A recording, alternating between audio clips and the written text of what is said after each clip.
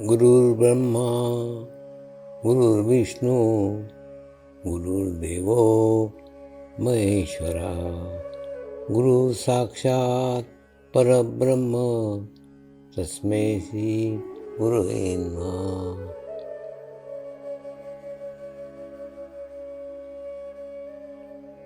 ध्यान की उस स्थिति में जाएंगे जहाँ शरीर भाव पूर्णतः समाप्त हो जाता है।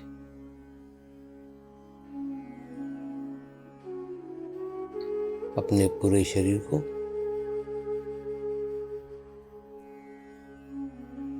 पूर्णतः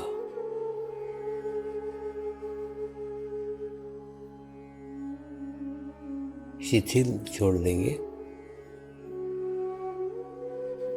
एकदम रिलैक्स हो जाइए।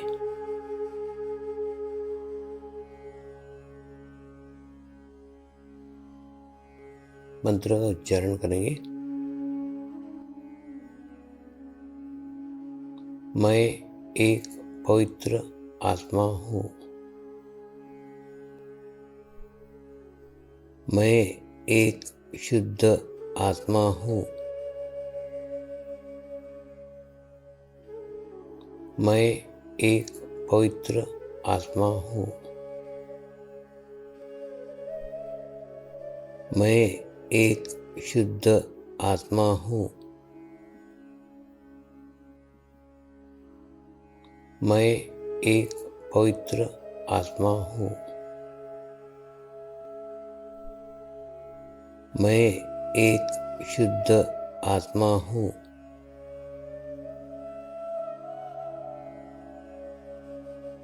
अभी इसी आत्मा भाव को बनाए रखते हुए गुरु मंत्र का उच्चारण करेंगे।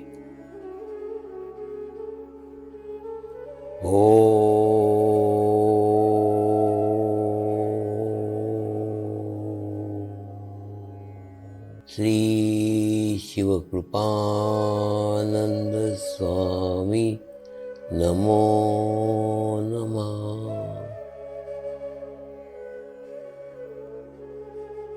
ओम श्री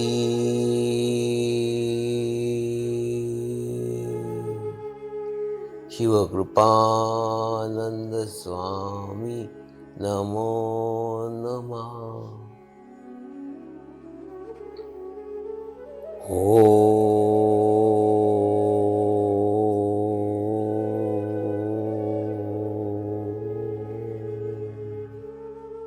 श्री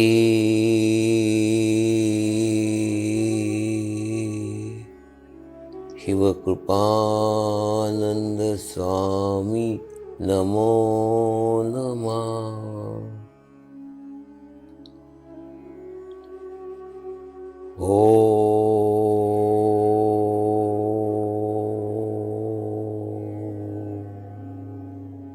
श्री शिवकृपानंद स्वामी नमो नमः।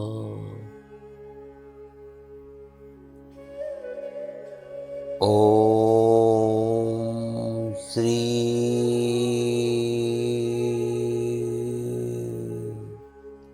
शिवकृपानंद स्वामी नमो नमः।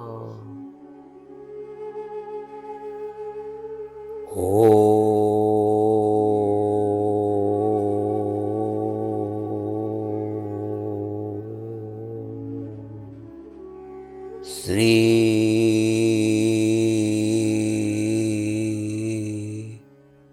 शिवकृपानंद स्वामी नमो नमः।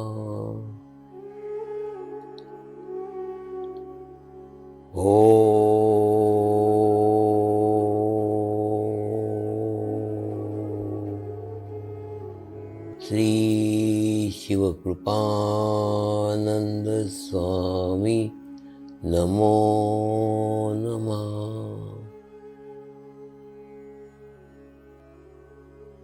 ओम श्री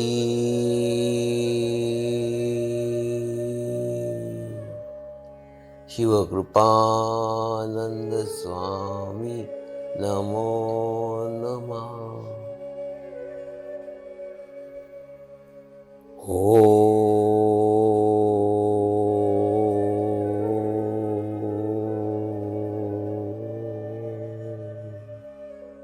श्री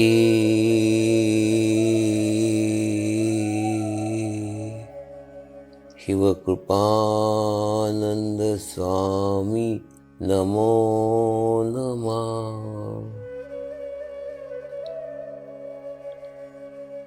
अब आप अपना चित्त सहस्त्रार पे रख के थोड़ी देर के लिए ध्यान में जाएंगे।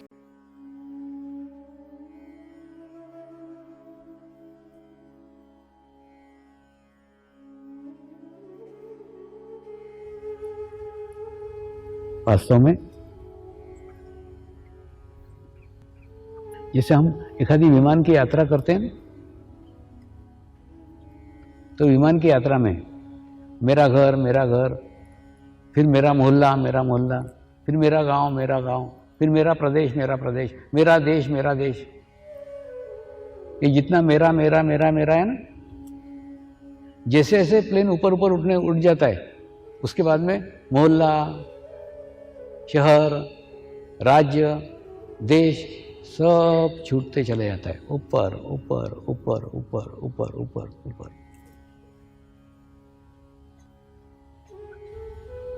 ऐसा ही है अध्यात्म में भी जैसे तुम्हारी ऊंचाइयां ऊपर जाती जाएगी ना, तुम तुम्हारे घर के बाहर निकल जाओगे, जाति के बाहर निकल जाओगे, तुम्हारे धर्म के बाहर निकल जाओगे, तुम्हारे देश के बाहर निकल जाओगे, तुम्हारे भाषा के बाहर निकल जाओगे, तुम्हारे रंग के बाहर निकल जाओगे, तुम्हारे लिंग के बाहर निकल जाओगे।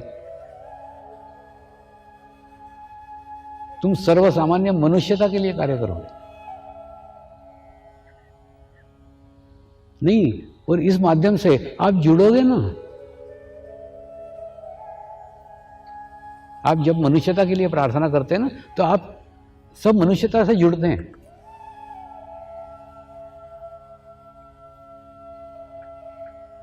मैं एक ना ओरा शास्त्र नाम की पुस्तक लिख रहा हूं, बहुत बड़ा ग्रंथ है वो, और खूब विचित्र है वो। विचित्र है माना आप जितने लोग दिख रहे हैं ना, आप सब यूनिक हो, आपके जैसा इस दुनिया में कोई नहीं है, आप ही हो। दूसरा, प्रत्येक व्यक्ति के पीछे मुझे एक व्यक्ति दिखता है। ऐसा अभी नहीं, मैंने क्या बोलता हूँ, जैसे प्राणी हीलिंग वाले रहते हैं ना, वो लोग जैसे एक आधे पीपल के पत्ते को देखेंगे, ऐसे देखते रहेंगे ना, तो उनको पीपल के पत्ते के आसपास क्रिस्टल दिखने लग जाएंगे, एनर्जी के, चैतन्य के छोटे कण दिखने लग जाएंगे पीपल के पत्ते के आसपास, अगर एकाग्रता से देखा तो। वैसे मैं आप में से किसी को भी देखूं, एकाग्रता से देखूं, मेरे को उसके पीछे एक और दिखेगा। ये अध्ययन मेरा चल रहा है, ये ओरा शास्त्र के ऊपर अध्ययन चल रहा है। उसके अंदर क्या है, अब इसमें 3 प्रकार है। अगर किसी व्यक्ति के पीछे कुछ दिख रहा है, इसका मतलब 3 बातें। एक तो उसके ऊपर किसी आत्मा का प्रभाव है, पहली बात। लेकिन वो पहली बात सच इसलिए नहीं लगती क्योंकि एक ही व्यक्ति पे सदैव कोई सारे व्यक्तियों पे थोड़ी आत्मा का प्रभाव होगा, एक आधे व्यक्ति पे होगा। सबके पीछे दिख रहा है, इसका मतलब आत्मा का प्रभाव नहीं है। अच्छा, फिर दूसरी बात आती है, उस व्यक्ति का चित्त उस व्यक्ति पे है, जिस व्यक्ति पे चित्त है वो व्यक्ति उसके पीछे दिख रहा है। तो जब मैंने एक ही व्यक्ति का बार बार अध्ययन किया तो फिर अलग अलग व्यक्ति दिखना चाहिए ना। कल दूसरा व्यक्ति दिख रहा था, आज दूसरा व्यक्ति दिख रहा है, क्योंकि एक ही व्यक्ति को चित्त में रख के थोड़ी रोज चलेगा। उसके चित्त में अलग अलग व्यक्ति आएंगे, ऐसे अलग अलग नहीं दिखते, वही का वही दिखता है। तो तीसरा प्रकार ये कि उसके पूर्व जन्म का इफेक्ट इस जन्म पे दिख रहा है। इस नतीजे पे मैं पहुंचा, माने आपके पास्ट लाइफ का प्रभाव, आपके पास्ट शरीर का प्रभाव आपके इस शरीर पे दिखता है। नहीं, ये ओरा शास्त्र का प्लानिंग क्या है, खूब बड़ा है, मेरे अकेले से ये नहीं होगा। मैंने मेरे छोटे लड़के को इसका कैलकुलेशन बताया, लाखों करोड़ों में कैलकुलेशन जा रहे हैं उसके, और कंप्यूटर की एक बड़ी की बड़ी टीम उसके लिए लगने वाली है। ये जो चक्र दिख रहे हैं ना, ये चक्र के कॉम्बिनेशन है, और इस कॉम्बिनेशन के साथ ये इसके माने कल भविष्य में ऐसी मशीनरी आएगी जो मशीनरी तुम्हारी स्थिति क्या है वो पूर्ण बता देगी, लेकिन उस मशीनरी ये नहीं बता पाएगी इसका निदान क्या है।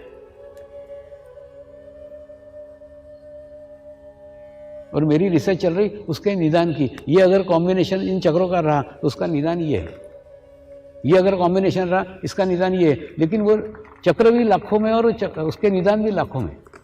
खूब बड़ा प्रोजेक्ट है, बहुत बड़ा कार्य है। मैं करीब 3 साल से इसके ऊपर कार्य कर रहा हूँ। और जैन मुनि बेचारे मेरे साथ प्रार्थना करते हैं कि स्वामी जी का ये ग्रंथ जल्दी से पूर्ण हो जाए, क्योंकि सबसे पहली बार उन्हीं के साथ चर्चा हुई थी। सचमुच बता रहा हूं, आप इस दुनिया में यूनिक हो, आपके जैसा व्यक्ति पूरे दुनिया में कोई नहीं है। दूसरा, आपको भी आत्म साक्षात्कार जो प्रसाद मिला है ना, वो भी यूनिक है। आपके जैसा प्रसाद दुनिया में किसी को भी नहीं।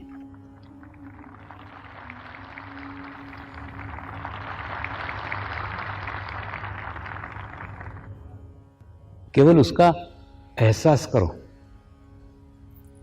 उसका अनुभव करो। एक बार मैं इंग्लैंड एक पादरी के घर पे रुका हुआ था। वहां पे ना टीवी के ऊपर एक कार्यक्रम आ रहा था। वो कार्यक्रम में एक अमेरिकन व्यक्ति अपने कंधे पे कैमरा लेके आया, और उसने आकर के जो उद्घोषिका थी टीवी की, उसको बोला मैं तेरा फोटो निकालूंगा एक कैमरे से, और फोटो निकाल करके उसमें फोटो में कैसे रंग आते वो देखूंगा, और रंग देखने के बाद में मैं तेरे को बताऊंगा तू कैसी लड़की है। तो उस अमेरिकन ने उसका कैमरे से फोटो निकाला। फोटो निकालने के बाद उसके पास आसपास जो रंग आए वो रंग देख करके उसने उस लड़की का वर्णन किया कि तेरा स्वभाव कैसा है, तू कैसी व्यक्ति है, कैसा है। वो कार्यक्रम देखने के बाद में मैंने उस पादरी को कहा, मुझे कैमरा भी नहीं चाहिए, मुझे लड़की भी नहीं चाहिए, मुझे फोटो भी नहीं चाहिए, मुझे रंग भी नहीं चाहिए, मेरे को कुछ नहीं चाहिए। मैं ऐसे ही बता सकता हूं कि वो लड़की की स्थिति कैसी है।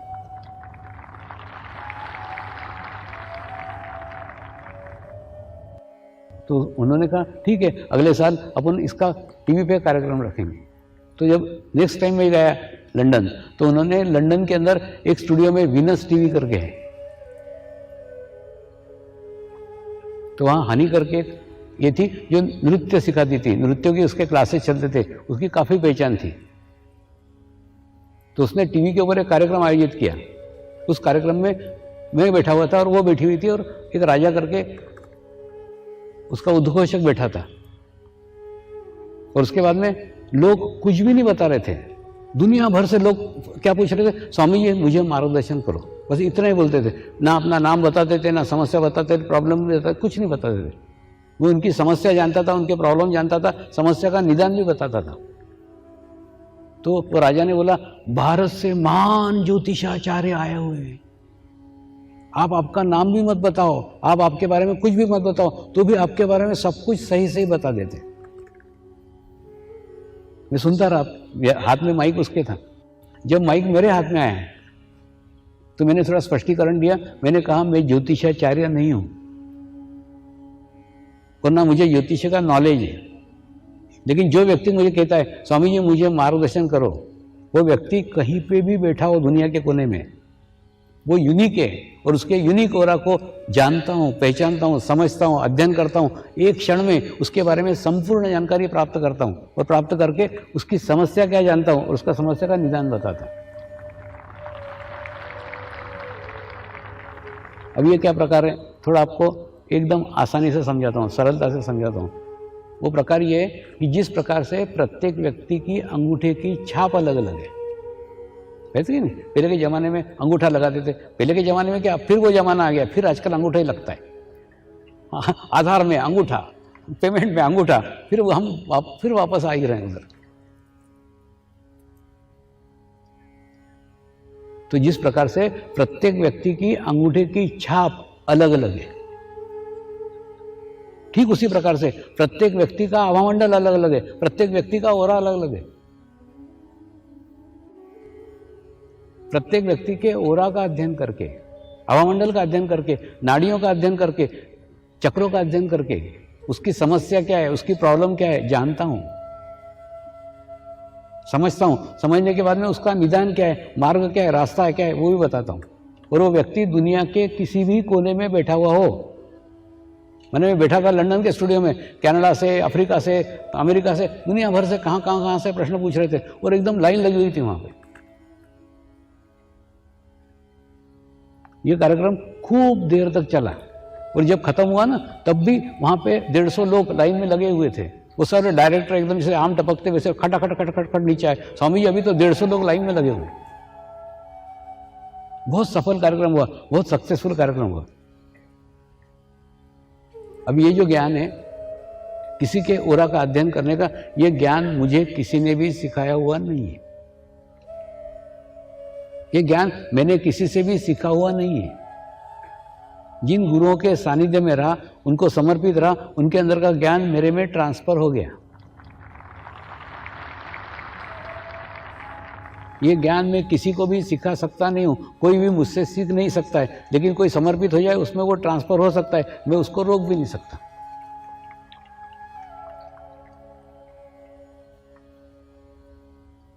मैं कह रहा हूं ना, आने वाला युग चित्त शक्ति का युग होगा।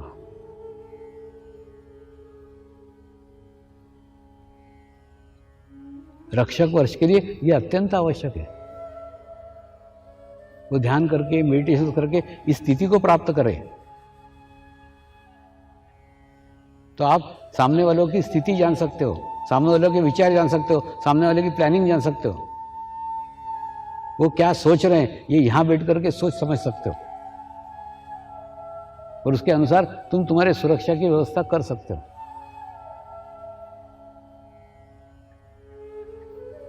आने वाला युग चित्त शक्ति का युग होगा।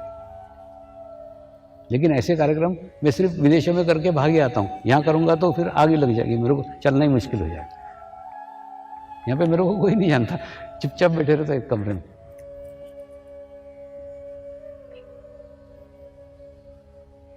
तो उस कार्यक्रम में खूब अलग अलग जगह के, अलग अलग देशों के लोगों ने प्रश्न किए, उनको उत्तर दिए और एकदम बराबर सटीक उत्तर दिए। उसका वीडियो कैसेट है, कभी तो तुम लोग कभी किसी सेंटर पे देखो, तुमको दिखेगा। कुछ भी नहीं, वो व्यक्ति अपना नाम भी नहीं बताता था, कुछ नहीं बताता, तो भी उसके बारे में संपूर्ण जानकारी बताता था। और दूसरा, वो व्यक्ति कभी कभी अपना भी प्रश्न नहीं पूछता था, मेरे दामाद का, मेरे लड़की का, माने दूसरे के प्रश्न पूछ रहे हैं, तो भी उसके माध्यम से उसका अध्ययन करते थे। जैसे एक औरत ने कहा मेरे दामाद का, तो उसके चित्त में उसका दामाद है, तो उस औरत के ऊपर चित्त रख के, उसके चित्त से उसके दामाद तक पहुंच के, उस दामाद का अध्ययन करके भी उसके बारे में बताया जा सकता है।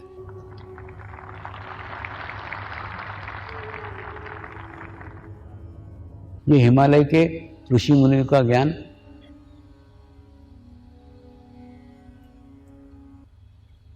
हिमालय में सिमट करके रह गए। होता क्या है, हमको वही ज्ञान मालूम है जो ज्ञान हम किसी से सीख सकते हैं, किसी को सिखा सकते हैं, क्योंकि हमने सब सीखा हुआ है, हमने सीखा हुआ है, हम दूसरे को सिखा सकते हैं। लेकिन ये वो ज्ञान है जो ज्ञान कोई किसी को सिखा भी नहीं सकता और कोई किसी से सीख भी नहीं सकता। ये आपके नहीं समझ में आ रहा हो तो आप एकलव्य की कहानी याद करो ना। द्रोणाचार्य धनुर्विद्या एकलव्य को सिखाने को तैयार नहीं थे, उन्होंने मना कर दिया था।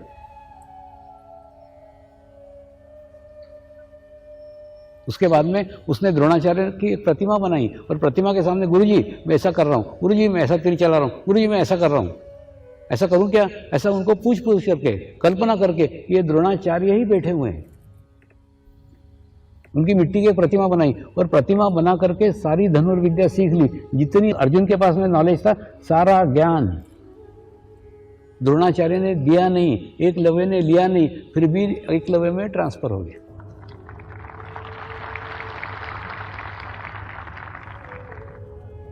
और एकलव्य भी उतना ही एक्सपर्ट हुआ जितना अर्जुन हुआ था, लेकिन अर्जुन को द्रोणाचार्य ने सिखाया था, एकलव्य को सिखाया नहीं था। एकलव्य सीखा भी नहीं था उनसे, वो तो दूर कहीं सीखता था, वो कहीं दूर रहते थे। मैं इस ज्ञान की बात कर रहा हूं, जो ज्ञान द्रोणाचार्य ने देना नहीं चाहा तो भी चला गया, एकलव्य ने डायरेक्ट उनसे नहीं लिया तो भी प्राप्त कर लिया। ये आत्मा का ज्ञान है, आत्मा का नॉलेज है। और ये नॉलेज अभी बात नहीं कर रहा हूं, इसीलिए मैंने आपको प्राचीन समय की उदाहरण दिया। लेकिन क्या है, हमको वही नॉलेज है। पहली बात तो पुस्तकों में ज्ञान है ही नहीं। पुस्तकों में क्या है मालूम है क्या? इंफॉर्मेशन, जानकारी, जो घटनाएं घट गई,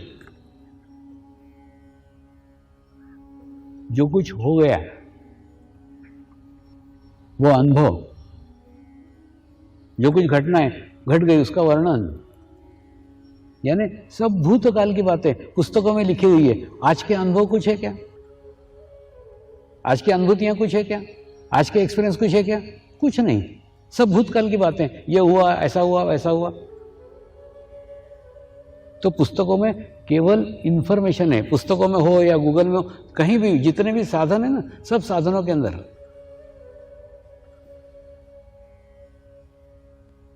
केवल जानकारी, जानकारी, ज्ञान नहीं है। ज्ञान तो सदैव जीवंत रहता है, अनुभूति जीवंत है, ज्ञान जीवंत है, ट्रांसफर होता है वो जीवंत है। पुस्तकों में केवल जानकारी है, और निर्जीव पुस्तकें जीवंत अनुभूति कभी नहीं करा सकती। इसलिए जीवंत पुस्तकें पढ़ो, जीवंत अनुभूतियां लो, जीवंत ज्ञान को प्राप्त करो, ध्यान करो, तो धीरे धीरे ये अनुभूतियां तुमको होने लग जाएगी। होगा ना, कभी एक आध दिन खूब अच्छी ध्यान की स्थिति लग जाएगी, तुमको गुलाब की खुशबू सुनाई आने लग जाएगी। ऐसा लगेगा कोई तो भी गुलाब का इत्र लगा के आया है, और तुम तुम्हारी बुद्धि दौड़ाओगे, कौन गुलाब का इत्र लगा के आया है, गुलाब की खुशबू क्यों आ रही, देखने लग जाओगे, ढूंढने लग जाओगे तो गुलाब की खुशबू चली जाएगी। गुलाब की खुशबू बाहर से आई ही नहीं है, लेकिन तुमको क्या ज्ञान है, गुलाब की खुशबू सदैव बाहर से आती है। तुमने जहां गुलाब की खुशबू बाहर खोजने का प्रयास किया, बुद्धि दौड़ाई, अनुभूति गई, तुम्हारे भीतर से ही, तुम्हारे हृदय चक्र को विकसित होने के बाद में तुम्हारे हृदय से ही गुलाब की खुशबू निकल रही है। उसका आनंद लो, उसको खोजो मत, उसको ढूंढो मत, चित्त को बाहर मत ले आओ, चित्त को अंदर ले आओ। जिस दिन गुलाब की खुशबू आए उस दिन हृदय चक्र पे चित्त रखो, उस गुलाब की खुशबू का आनंद लो। किसी दिन चंदन की खुशबू आए तो सहस्रार पे चित्त रखो, सहस्रार विकसित हो जाने के बाद में चंदन की खुशबू आती है, तुमको ही नहीं पूरे वातावरण में आएगी, सभी जगह खुशबू ही खुशबू आएगी। सूरत के पास में एक उम्भेल नाम का गांव है, छोटा सा ही गांव है। तुम ये रोड पे से जाओगे ना तो एकदम राइट साइड में दिखेगा। वो गांव की दो घटनाएं आपको बताता हूं। एक घटना ऐसी कि उस गांव में एक राम मंदिर था, वो आधा अधूरा पड़ा हुआ था और उसके बाद में चालू नहीं हुआ था। उस मंदिर के पास में एक हॉल में मेरा कार्यक्रम रखा गया 8 दिन का। तो उस 8 दिन रहना पड़ा। सबसे पहले मैंने वो पटेल को पूछा, कह रहा पटेल ये बंद कैसा है मंदिर? बोले स्वामी जी वो इंजीनियर का और कॉन्ट्रैक्टर का कोई झगड़ा हो गया तो तब से ये बंद ही पड़ा। मेरे को थोड़ा आश्चर्य हुआ, साधारणतः ना मंदिर का कार्य कभी बंद नहीं होता, वो कोई किसी का घर थोड़ी है। मंदिर के काम में कोई रुकावट नहीं डालता, सब लोग मिलजुल करके काम करते। फिर मैंने एक दिन क्या किया, रोज सुबह उठ करके गया, पूर्व दिशा में जाके 2-3 किलोमीटर तक घूम के आए। वैसे ही मेरे को मॉर्निंग वॉक का आदत है, तो सुबह जाकर के एक दिन पूर्व में घूम के आया। दूसरे दिन दक्षिण में जाके घूम के आए, उसके बाद में पश्चिम में जाके घूम के आए, फिर उत्तर में जाके घूम के आए। 4 दिन 4 दिशाओं में गया और 5वें दिन वो टूटे फूटे मंदिर में जाकर के गर्भगृह में बैठ करके ध्यान किया। ध्यान करने के बाद में वो परिमल भाई पटेल को मैंने बोला, पटेल 24 घंटे के अंदर ये मंदिर का कार्य चालू हो जाएगा। तो बोले स्वामी ये तो सालों से बंद पड़ा है, कॉन्ट्रैक्टर अहमदाबाद रहता है और इंजीनियर बड़ौदा रहता है। मैंने बोला ये व्यवहारिक बातें मेरे समझ में नहीं आती, तो 24 घंटे में देख। और 24 घंटे में आश्चर्य, सचमुच ट्रक लेके वो इंजीनियर और कॉन्ट्रैक्टर आ गए और कार्य चालू हो गया। अबे क्या हुआ था, ये कोई चमत्कार थोड़ी है। उस मंदिर के निर्माण में जो ऊर्जा चाहिए थी,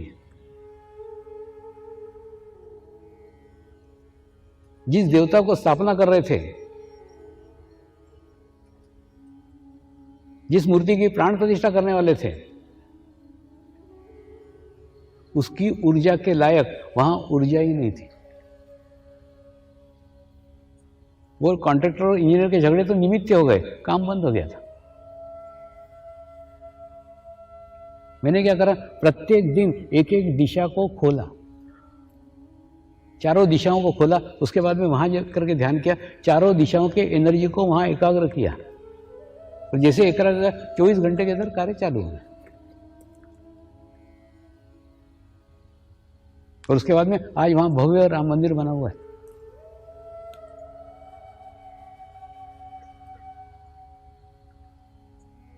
तो कई बार कई कार्य केवल वहां एनर्जी नहीं पहुंच पा रही, इसके कारण बंद हुआ है।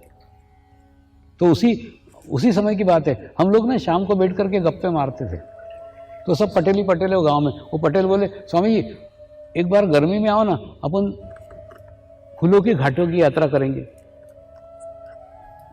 मैंने उनको, गर्मी की क्या जरूरत है, अभी चलते हैं। बोले अभी? इनके हाँ, आंखें बंद करो। मैं भी आंखें बंद करता हूँ, हम ध्यान करते हैं। मैं चित्त से फूलों के घाटी में जाता हूँ और तुम फूलों के घाटी का आनंद यहाँ पे अभी लोगे। और हम कुछ नहीं, ध्यान करने चले गए। ध्यान में जैसे ही चित्त से फूलों के घाटी में गया, फूलों की घाटी की खुशबू वहां नहीं, पूरे गांव में फैल गई।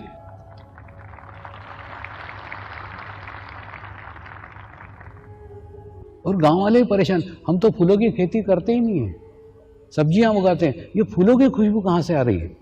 और किसी विशेष फूल की खुशबू नहीं थी, ऐसे मिक्स खूब सारे फूलों की खुशबू ही खुशबू, सारा वातावरण, सारा गांव खुशबूमय हो गया। तो आप कहां रहते हो उसको कोई महत्व नहीं है, आप चित्त से कहां हो उसको महत्व है।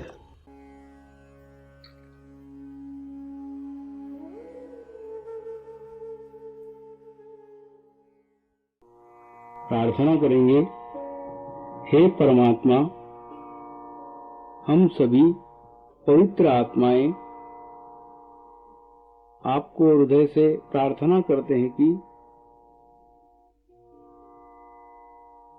सारे विश्व में शांति हो, सारे विश्व के आत्माओं की आध्यात्मिक उन्नति हो एवं सर्वांगीण उन्नति हो। यही हम सब आत्माओं की शुद्ध इच्छा है। हे परमात्मा, हम सभी पवित्र आत्माएं आपको हृदय से प्रार्थना करते हैं कि हमारे सद्गुरु श्री शिव कृपानंद स्वामी जी का स्वास्थ्य सदैव अच्छा रहे, उनकी आयु दीर्घ हो। यही हम सब आत्माओं की शुद्ध प्रार्थना है, शुद्ध प्रार्थना है, शुद्ध प्रार्थना है। शांति पाठ करेंगे। ओम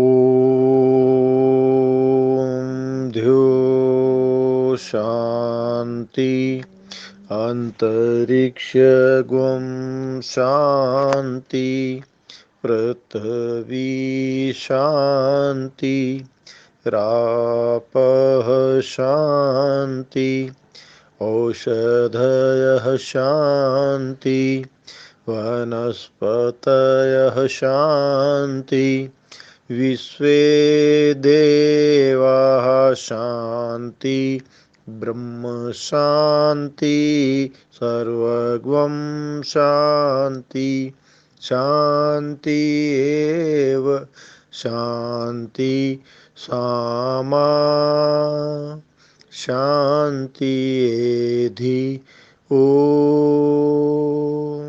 शान्ति शान्ति शान्ति सर्व इष्टसु शान्ति भवतु।